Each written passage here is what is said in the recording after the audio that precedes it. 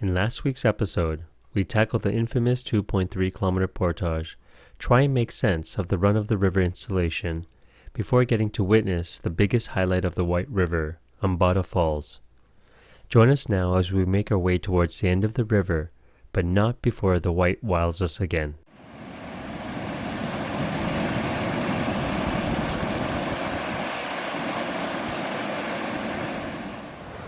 Good morning. This is day 8.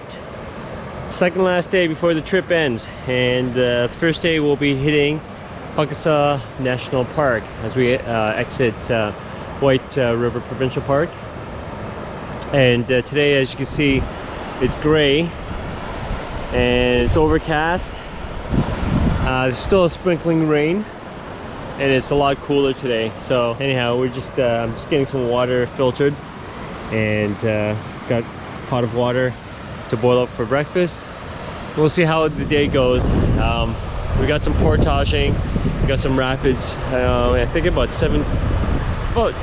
think under 20 kilometers before we get to our designated site on the coast of Lake Superior. And of course, Lake Superior has its own way of doing things, so we'll see what it looks like when we get to the big lake. Okay, so let's get breakfast going, and let's see how the day goes. Good morning, Ben. Hi. What's your prospects for our second last day? Cold and probably wet. And what do you think Lake Superior is going to look like? Breezy. Very breezy. Great. We are just finished packing up and about to head out. But all morning we've been hearing some weird sounds. What sounds like kind of like a haunted house, or like on a very cold winter day when it's really windy. I'm going to try to capture it here and point it towards the tunnel, the canyon, and hopefully we can hear it.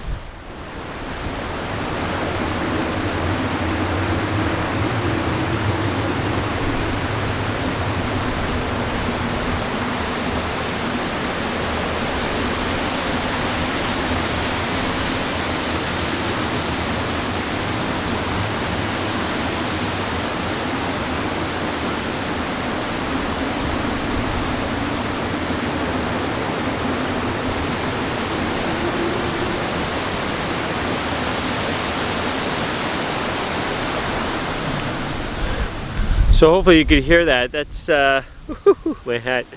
That's the sound of the wind whistling through the canyon, and it's, I guess, just based on the strength of the wind and the tunnel dynamics. The wind just howls, and it just is so eerie. It sounds like either you're in a haunted house or you're in some kind of wind tunnel or something. Anyhow, if you look over here, we've pretty much taken down the tent. We still have the canoe over there, because we are going to run hydro rapids, and we're basically finishing the end of the portage with the rest of the gear, and we'll pick up the gear with the canoe at the end there. This is the end of the Umbata Falls portage, a great sandy put-in where we'll pick up our packs at the end of the run. But before that, we had some business to take care of. The cool thing is you can see many people that had previously come here. Someone put Bill Mason 69, but people had engraved their names. Darkeys, Turgeon, July 2001, Carolyn Copps, 2000. So it's cool, there's a bunch of names. We were certain some of the names and years were not all canoeists, as this bridge could be accessed from the road, but some of them were certainly paddlers. So here's the oldest date we've seen so far. Mara Moses, Heron Bay, October 2078. It's pretty cool. Ben, should we be carving our names in here? There's 1997. You bet. So we're leaving our mark. Ben and TPP 2020. Dude, that's some awesome calligraphy. Now that was taken care of, it was time to have some fun. We checked the rapids again to make sure nothing changed hydraulically overnight, and then got ready for the run.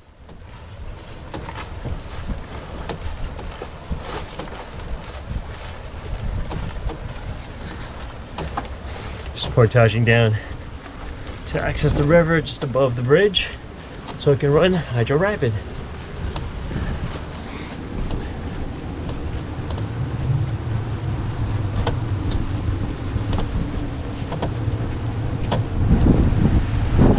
Squiddy. Oh!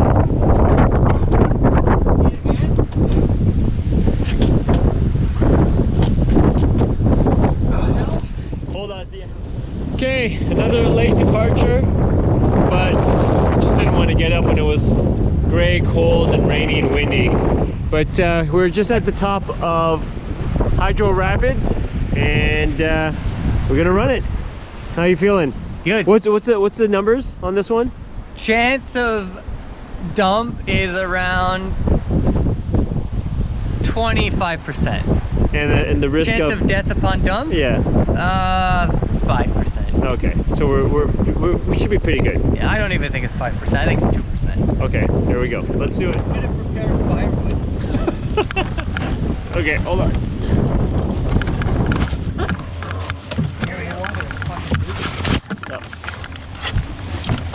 Here we go. Okay.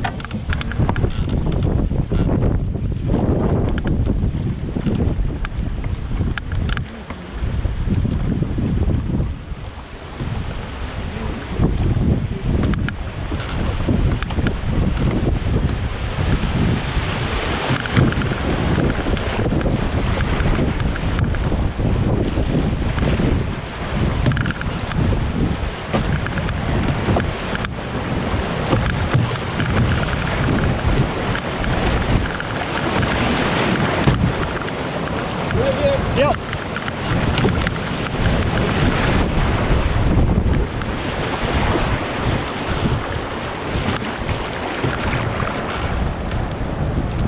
That was a little late. Yeah, now there's a lot of water. Did you turn on your machine? Yeah. I just turn it back on now. Look at all the logs here. Yeah. Land over here, shallow.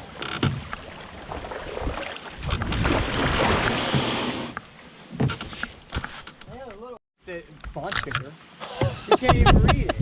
Like, no ATV, no motorized vehicles, no ATVs, no guns, no snowmobiles. All persons must register. Yeah. There's a park boundary sign with some instructions. But of course, like Ben said, the fonts are so small, you literally have to come right up to it to read it. Another one, contact the park at this number. Maybe they have Wi-Fi signal. See the sign right up there. Okay, so we officially have entered Pukaskwa National Park. We've got a couple of rapids coming up, twin rapids, with 3 sets each, right back to back. So we'll get some action going.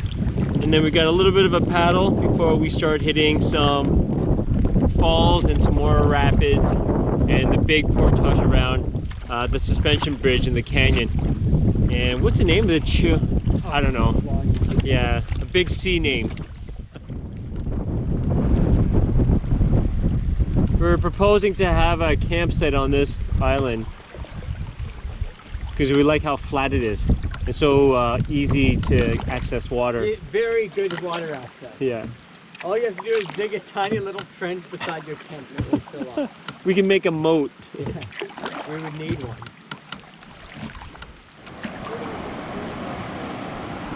So we're at the first set of twin rapids, and it's a really difficult rapid as it curves around. But that's not the big one. The next one is a significant drop. So we're not gonna run it, we're just gonna portage. So just gonna need to paddle back upstream and head back up to the portage. This one's a little too risky.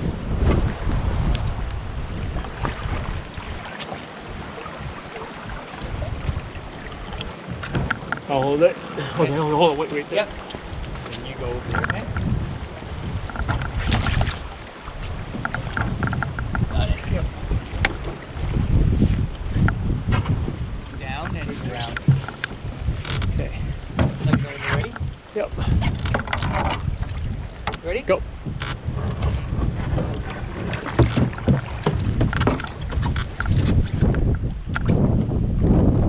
You have to go down more? Yeah. Okay. Okay.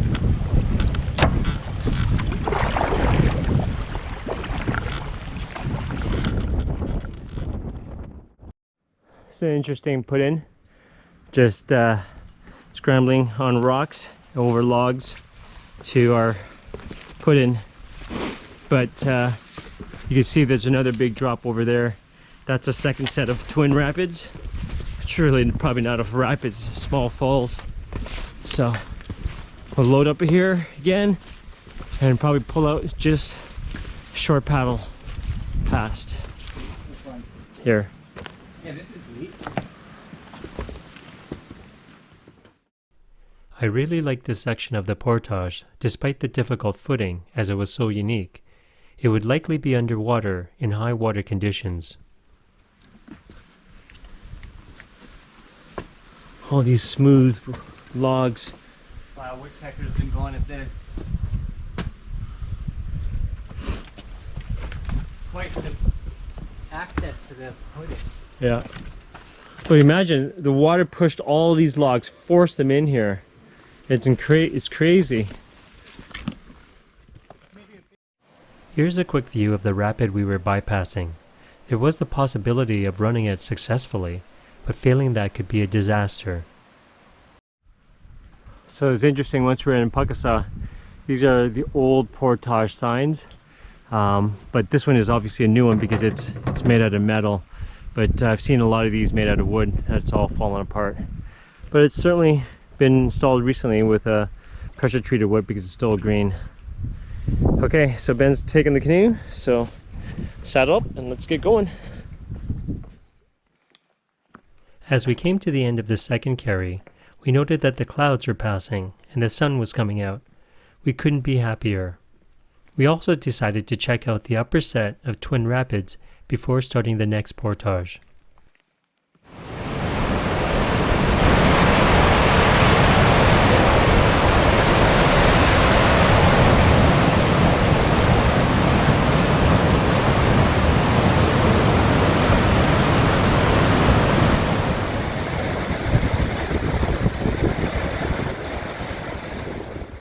A short paddle, and then onto our second portage at 300 meters long. But this one had a twist.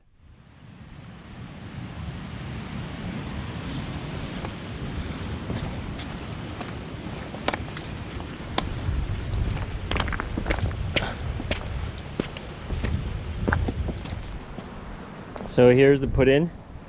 It's gonna be a little challenging getting the canoe through here.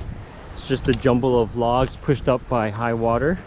It's amazing to think that all these logs are pushed up this high. And they're not small logs either. So we're gonna get up through there. And this one's gonna pose a little bit of a problem. Dude! What? Oh, there's white jackets on this log that we come down. There's a nest. There's like, holy, oh! Really? At this point, one of the wasps bounced off my head and a second off the camera, and more were coming as I tried to run away. Whoa! Whoa! At this point, I had to avoid the nest, so I got back on the trail by scrambling up a ledge and bushwhacking to the portage. So I just narrowly avoided getting stung by white jackets. There's this log that is at the base of the drop, and you literally have to put your hand on it. But on our way back, Ben went first, and he must have knocked it, and he heard buzzing but didn't know what it was. And then when I came, I saw the nest and like dozens of white jackets all out of the nest, and then they started coming at me, and luckily my hat saved me. A few bounced off my hat and I ran away. So problem is, we can't go that way on our way down, because for sure with the canoe you will hit that log. So we're gonna find another way to get the canoe down so we can avoid getting stung. That is not a pleasant experience. Otherwise, the portage here is pretty good, except at the beginning, at the end, because it just goes up sharply and drops sharply. Before dealing with the portage dilemma, we decided to check out the second set of twin rapids, which was even more dramatic than the first set. Go.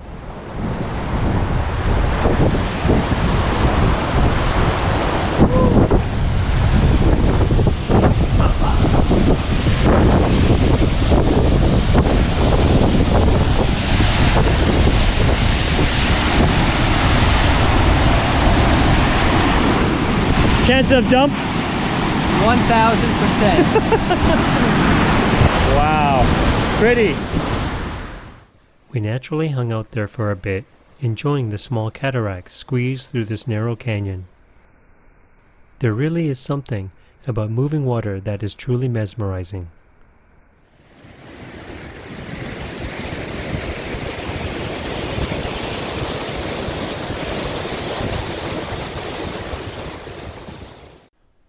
But then it was time to think about getting the canoe to the put-in, while avoiding the wasps.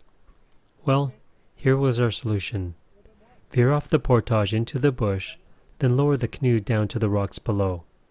A wee bit more difficult than walking the trail, but it worked.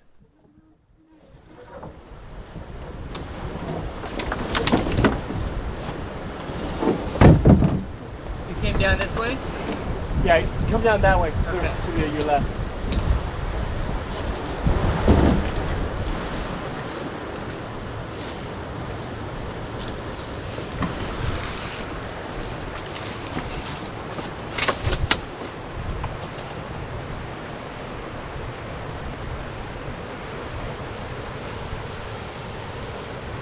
So we came down this way just so that we could avoid the hornet's nest. It's on that tree that's going vertical. You might be able to see the hornet's nest right underneath that branch. Anyhow, that's where the portage comes to. So we're just gonna drag over this. What? On that. There's a lot of activity on Is the there side, still? yeah. You see them? Yeah. Okay.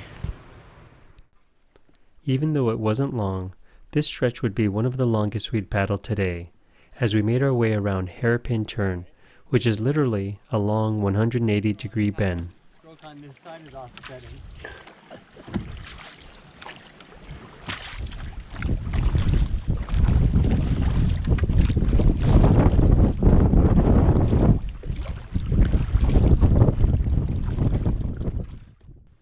The flip side to the bend, as you can hear, was the wind, and the fact we had to paddle twice the distance to get to the same spot. Left all its babies behind. So we are just at the falls where there's supposed to be a 60-meter portage, but we didn't see any kind of portage sign or a campsite that's supposed to be located here. So we're just gonna paddle over right to shore here where the rocks can kind of hold us in, and then Ben's gonna get up and see what there is. Yeah. Imagine in high water. Yeah.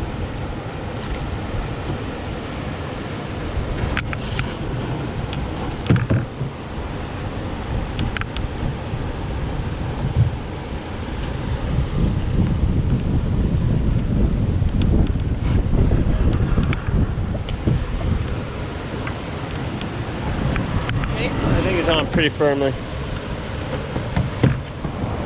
So I don't understand how there's a 60-meter portage.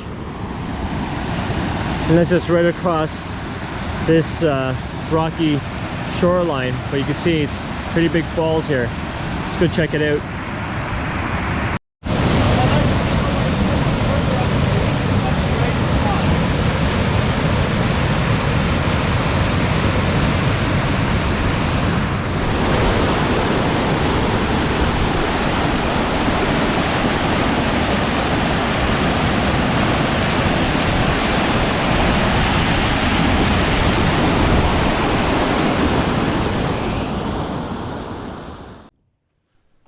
We didn't find a trail, so we decided to just portage along the side of the falls. Is it recording?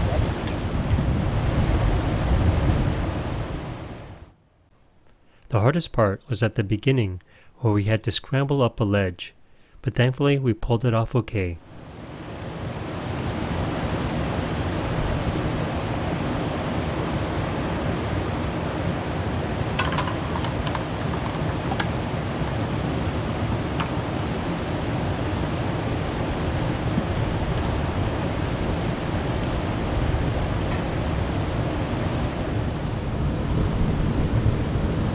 gonna attempt to portage this beast up this vertical incline here. Told him just be careful. Oops. Nice. Momentum.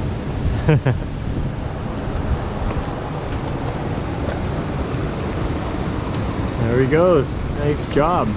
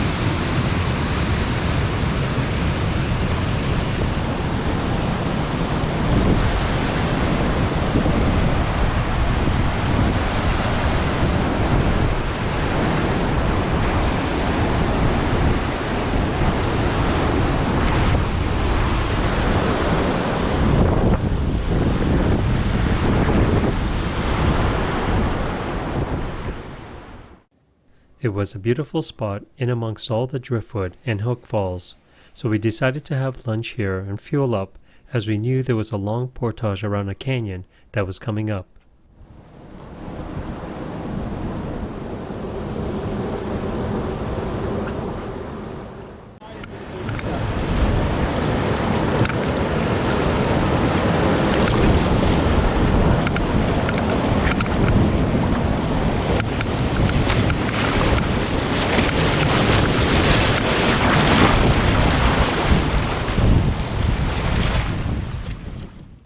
As we made our way, we were supposed to come upon 3 sets of rapids based on the map, but surprisingly there was nothing but flat water, so we continued on cautiously and confused.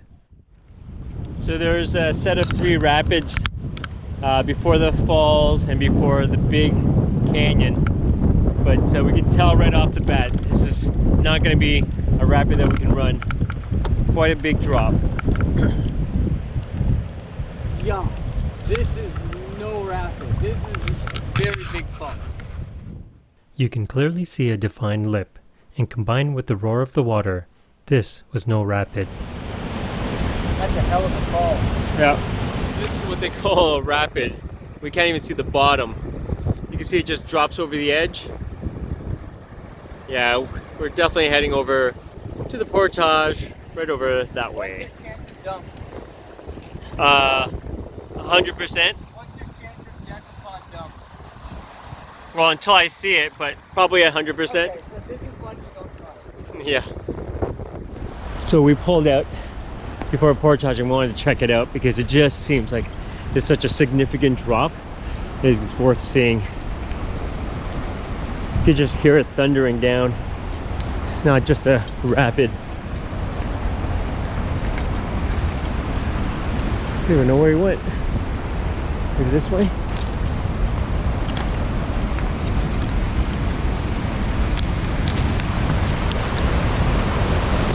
Oh, wow.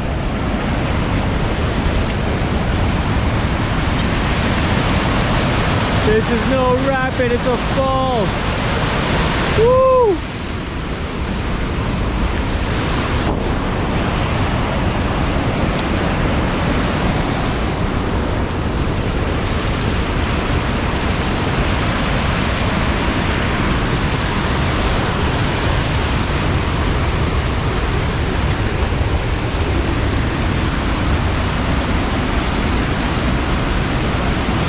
How do they call this a rapid? It's massive. Yeah, it's big.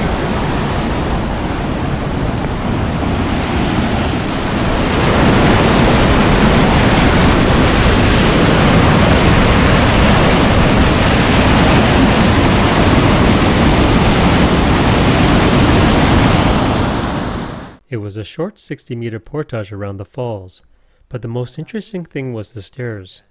You'd think it would be easier, but quite frankly, I would have just preferred rock and dirt.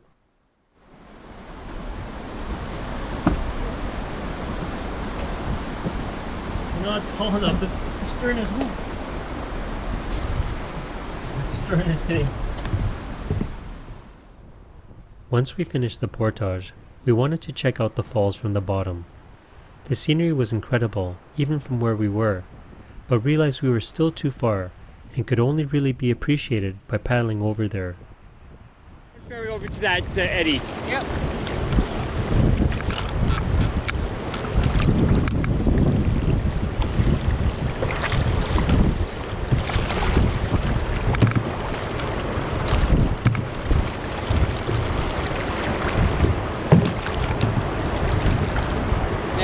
We should go all the way there. Yeah.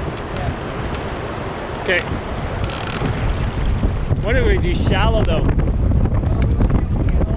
will. We just won't be able to get up there if we can get down in that eddy. Okay. That way we'll get, but even then it's a good view if you want to go there. Wow, look at it.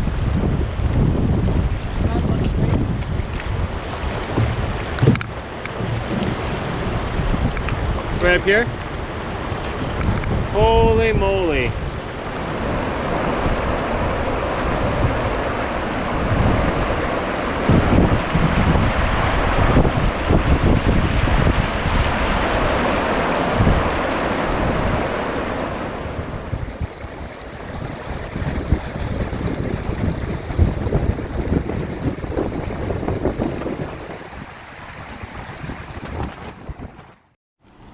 Okay, so we are at the big portage. There was there's some confusion on the map.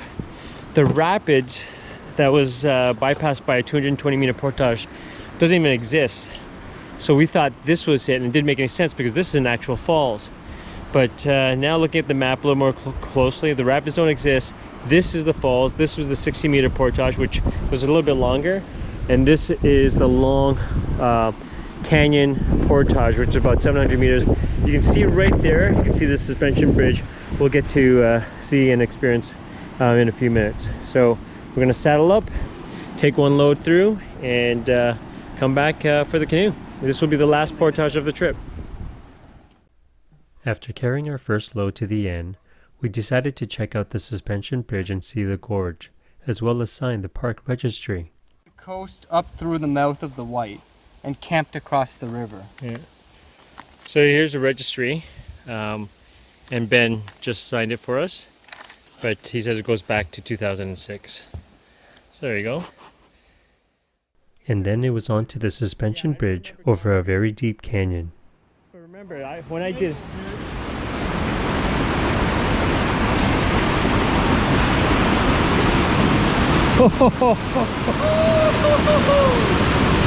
Wow!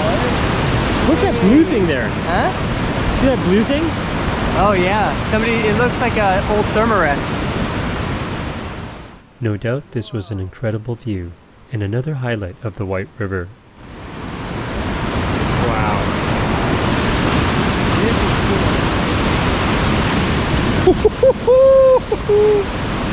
Wow. Dude, it's shaking. Around the rock. Woo. And this is Chigami-Winnigan Falls, which drops into this incredible gorge. Without a doubt, we were truly mesmerized by this place, as we stood 75 feet above the river. If you're ever in Pukaskwa National Park, you don't want to miss this.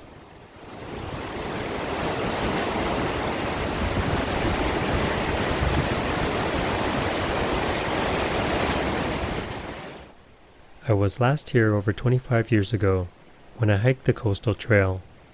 Some things have changed, like the suspension bridge, which was made out of wood then, and some gray hairs on my head. But the falls and gorge still remain. Reasons why the White is still a river worth paddling.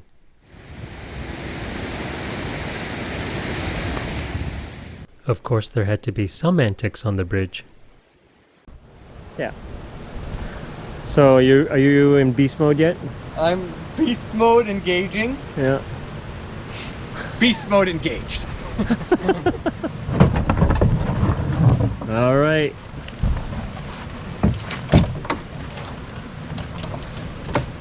Okay, gotta follow the Beastmaster. We're dying. Nice job. Even though I can't breathe. My legs are falling. I know. And there he goes again.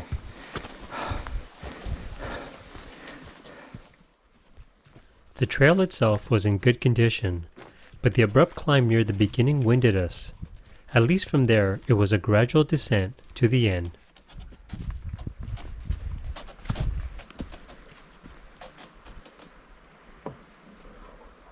And Ben just finished the last portage of the trip.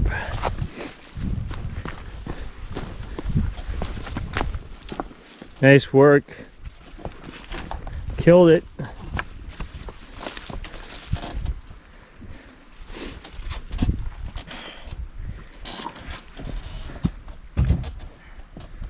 Nice job.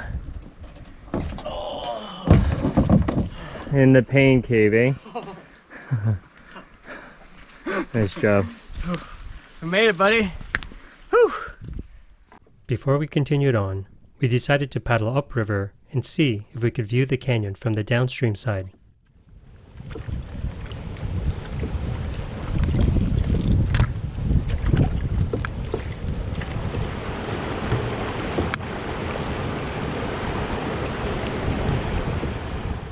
Unfortunately, we couldn't get up very far, nor see much, so we were soon on our way.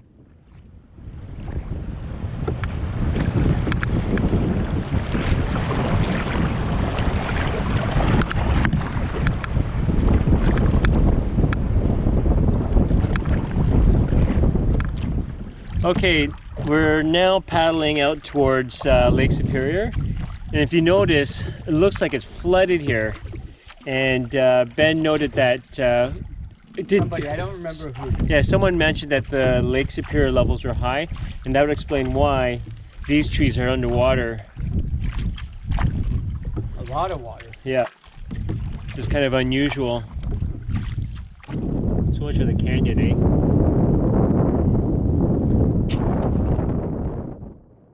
For the next couple kilometers, based on the topo map, we'd be paddling through a narrow canyon with over 300-foot walls.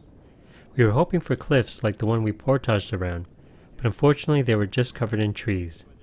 Instead, it became a wind tunnel. Sheer rock cliffs, or they were going to be covered in trees. Still beautiful, but just not as impressive as if we were paddling through a canyon. So Ben's just rigged a line, and he's trolling it. And he's hoping to catch dinner. What are you hoping to catch? Nice walleye. Still into the walleye. During this time, Ben actually hooked onto something, but initially he wasn't sure if it was a fish or a snag.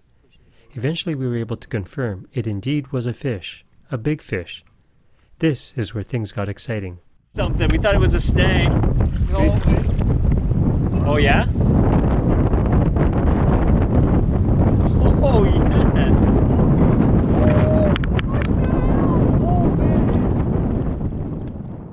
As you can clearly hear with the wind, it was hard to capture the emotions and dialogue during this time. The wind was also making the canoe hard to control on my own, while trying to capture the action at the same time. Nonetheless, here are some brief moments that relay what was going on, without overwhelming you with the wind.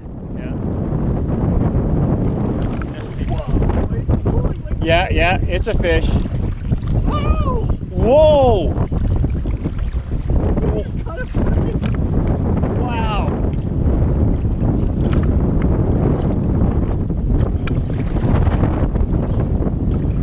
Dude, that's crazy. It's got to be a pike or it's got to be a trout. Yeah, I think it's a trout. Yeah? Only because it's not pulling like a pike usually does. Wow. Whoa! You see it? Did you just see what I saw? What is it? you see it? Yeah? Yeah. How are we gonna get it in the boat? Got no shore. Yes, that was our other dilemma. There was no suitable shoreline to land, nor did we have a net. It was clearly a large fish, as you can see the rod bent over many times, and the idea of trying to haul it into the canoe was not likely going to be easy. Just below the surface. We just saw a little glimpse of the fish. It is huge. It's probably at least, what, 2 feet? That's probably 10 pounds. We got a little bit of underwater footage and confirmed it was a big pike. We got visual. It's a big ass pike. Holy, it's so thick. Whoa. Wow. After a lengthy battle, we got the pike close to the canoe. We decided to just release the hook, but that's when the pike gave another violent shake and dislodged the lure, which made things much easier for all of us, and the pike was finally free to go. No fish for supper, but what a rush that was. Oh, this is our first glimpse of Lake Superior. It's right at the end of my paddle, the handle right there. Right now we still got a tailwind. So right in this little junction here is supposed to be a campsite and a little portage to the other side of Lake Superior. So it's for people who are trying to get out to Lake Superior, and if it's too, like the water is too crazy with waves and the current, then they can easily portage out to Lake Superior this way. So we're going to check it out just to see what the conditions of Lake Superior is. If it's really bad, then we'll probably try to stay here at this campsite. Just pulled up. We're just going to go check to see what Lake Superior has for us. What's that? This is the campsite? Yeah, there's a sign. I guess we can camp here. The water is bad, but nice little campsite. Firebox. Oh, dude, it's so nice here. Yeah? We've got some tough choices to make. Uh-oh. It doesn't sound like it's crashing. That's what I'm saying. It's calm? Dude, how is it smooth? We got a paddle then. Wow, this is perfect conditions. I would not expect this. It's beautiful. The water here in this cove is calm, but we do see a little bit of whitecaps out there. So what we're going to do is we're going to paddle out to Lake Superior through the regular mouth of the White River. That's really what we wanted to accomplish. Once we get there, we can make a decision. If it is bad out there, we can always come back and camp here. But wow, it's gorgeous. So we are approaching the mouth of the White River into Lake Superior, and we'll be there probably in about 10 minutes. Still warm. So there's another campsite right to our left here as an option if we have to stay. Nice cobblestone beach with lots of driftwood for fires. And we're now starting to see the iconic shoreline of typical Lake Superior coast. Bare rocks with small trees. Well, it is calm. We can do it. We made it. Still warm. Yeah, still. Till it hits Lake Superior. We finally arrived at the end of the White River and the beginning of Lake Superior. A journey of 192 kilometers where we got to see and experience every part of this incredible river. And even though our trip was not over as yet, in large part it was, as we paddled away from this companion of 9 days in sync with its rhythm and flow, leaving now only with memories and smiles. We're finally in the inland sea. Woo! Oh, it's getting cold. Yeah. Okay, yeah. Yeah, we got the swells now. Oh, okay, now it's friggin' cold. That's all it took. Oh, yeah. Here's that swell. Very typical of Lake Superior. Wow.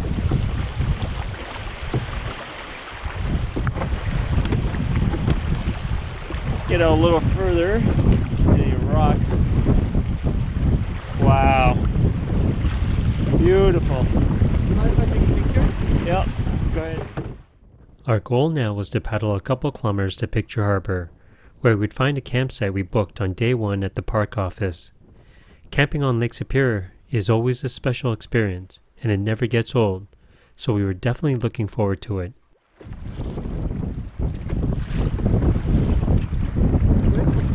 Yep.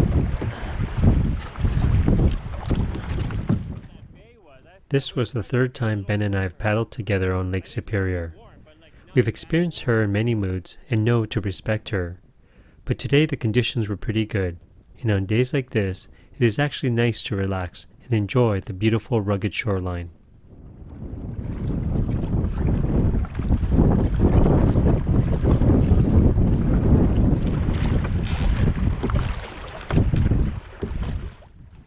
It wasn't long before we turned the corner towards Picture Harbor, and now just needed to pick out a campsite.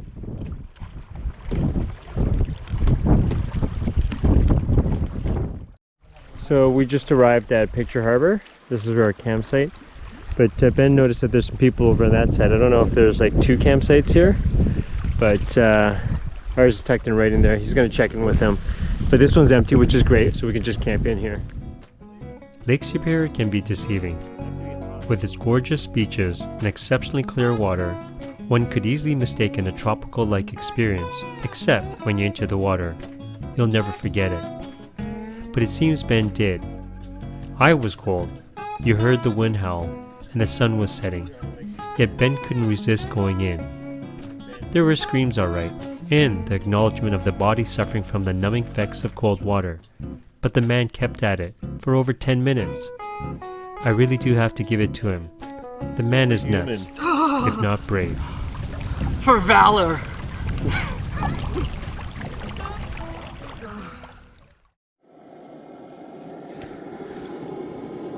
After Ben's almost bout with hypothermia, you see he's in his down jacket. First time he's wearing it on the trip. He was in that water for almost like friggin' 10 minutes. This guy's nuts. He's so crazy. But anyhow, he's enjoying hot ginger tea to warm up, and he's making supper for us tonight. We're having spaghetti, my favorite. I'm gonna even have it with Parmesan, real Parmesan cheese. But it's a beautiful night on Superior, and we got some good news. We found out, we got the weather report from Ben's wife, and actually the waves are going to be less than today, and the waves weren't too bad today, so it means that tomorrow we should be able to get out without any incident. And yeah, that's pretty good. Today was a big day that ended equally big with the falls, the canyon, and the big fish on the line. But more so, it was the completion of our journey on the White River that was the biggest highlight of the day. But we weren't done yet. We still had one last date with Lake Superior, and despite the weather report, hoped she would provide us safe passage out.